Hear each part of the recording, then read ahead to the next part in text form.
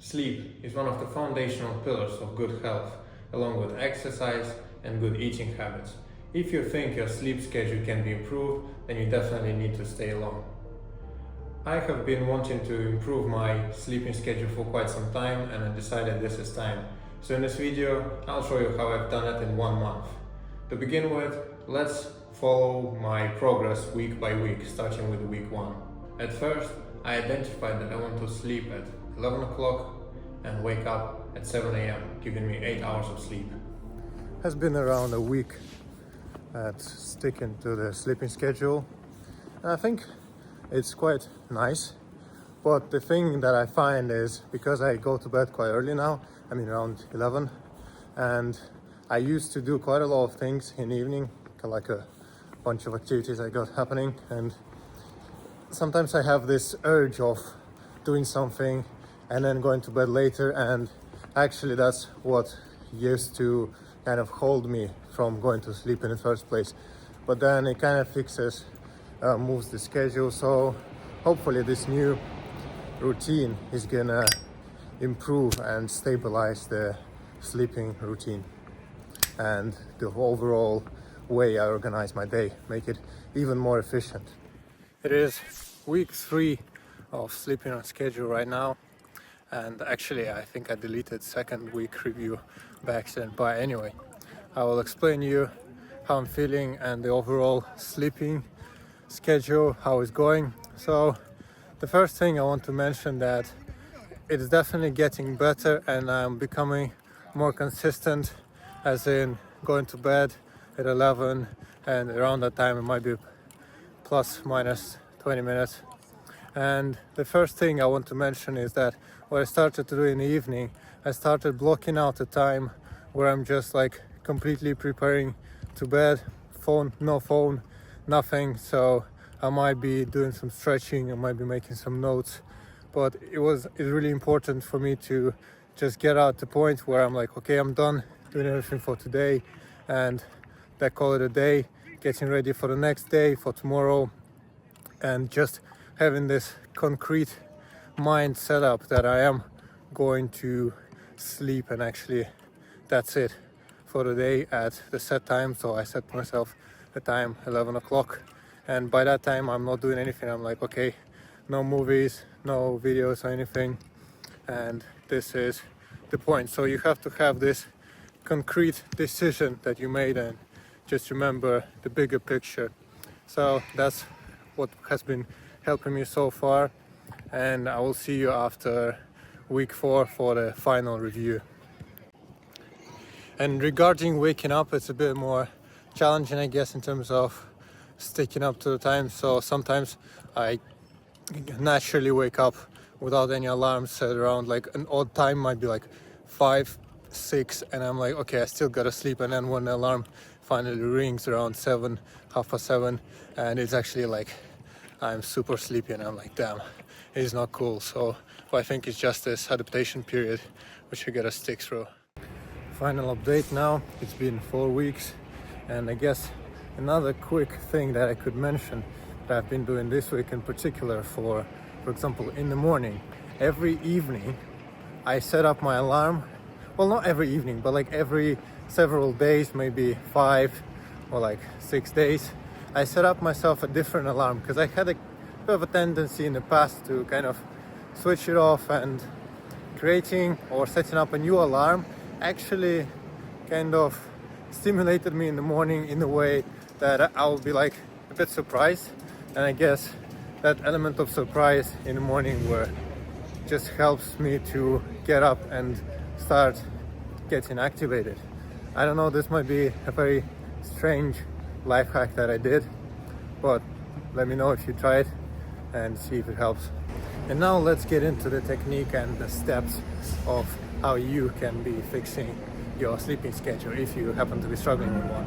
If not, you can just skip from that point. Now let's dive into the 4 simple steps of how you can improve your sleeping routine. Number 1 is establishing the schedule and selecting the right time slot that fits your lifestyle.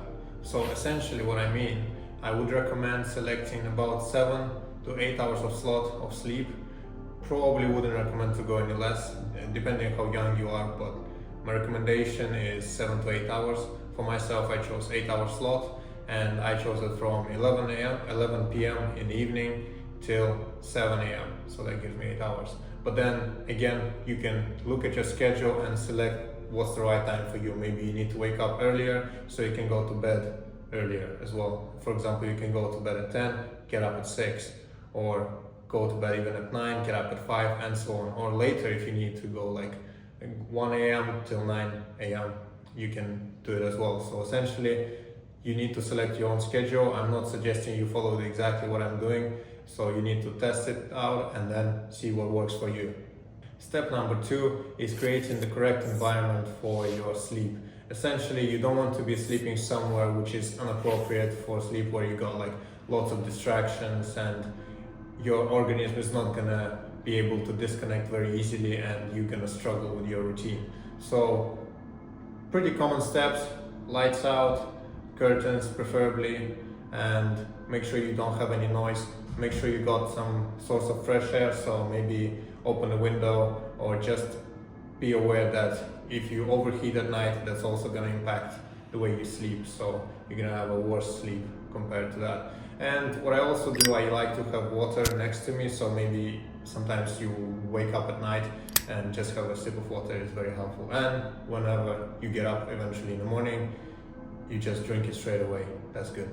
Now, step number 3 is actually quite a big one, so you have to pay attention here. This one is the actual routine when you go to sleep or when you wake up. So for example, before bed, I wouldn't recommend eating a lot, so probably eat several hours in advance to let your digestive system digest everything, and so it's not going to impact your sleep.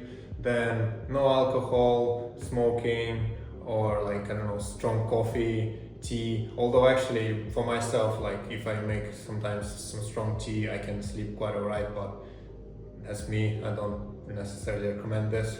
And avoid your phones, avoid any screens, preferably like 1 hour before actually preparing to sleep, because this is gonna impact the way your organism is trying to disconnect because of the light and just the energy of the phone and all the social distractions. If you look in social media, movies and so on, your brain is just gonna keep going and going. You don't want that. You just wanna peace off and just relax, and essentially doze off to sleep is gonna be way easier.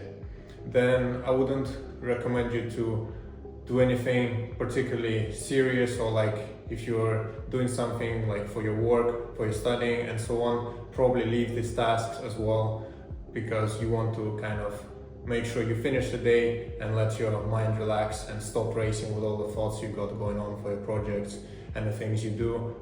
Personally, that was like a big challenge for me, because I was got like lots of things in my mind, and being able to just say to yourself, this is done for today, maybe it's time to reflect. You can plan yourself a schedule for the next day and make some notes perhaps, and so on. So this is very important.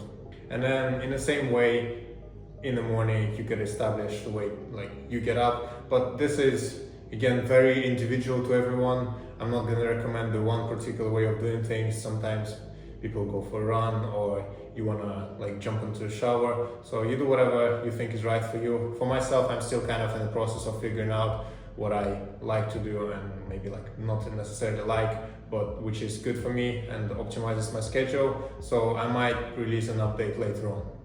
If you kind of teach all the electronics and everything, you might be wondering like, what else would I do? Like I still got like an hour to do. So there's plenty of things.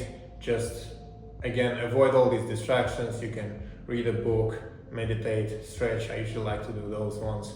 You just talk to people around you, family or friends.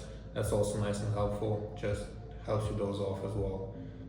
Step number 4 is probably not the most obvious, but it's kind of one of the most essential, and it's the commitment.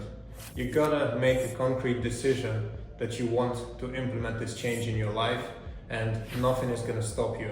And you could be thinking that, oh, like for 1 day, 2 days, 3 days, that's all right. You just made this decision, you just keep doing it. But then actually sticking with your decision, with your challenge that you set for yourself, and doing it consistently throughout, no matter what, nothing can stop you. That's essentially I guess, the biggest and the hardest part of any routine, in fact. So if you are great with your commitment, then you will definitely succeed in this goal. So these were my advice for how you can optimize your sleeping schedule and improve it. Essentially, in a nutshell, that's the information I think I can provide you. And also maybe a couple of few small tips that I discussed earlier while doing the weekly review. But I know it's a broad topic, and let me know in the comments if you think I missed something out, or you can add something from your experience to this particular topic. But if you like this video, definitely subscribe to the channel, and I also recommend you watch the video on how to start meditating. See you in the next one.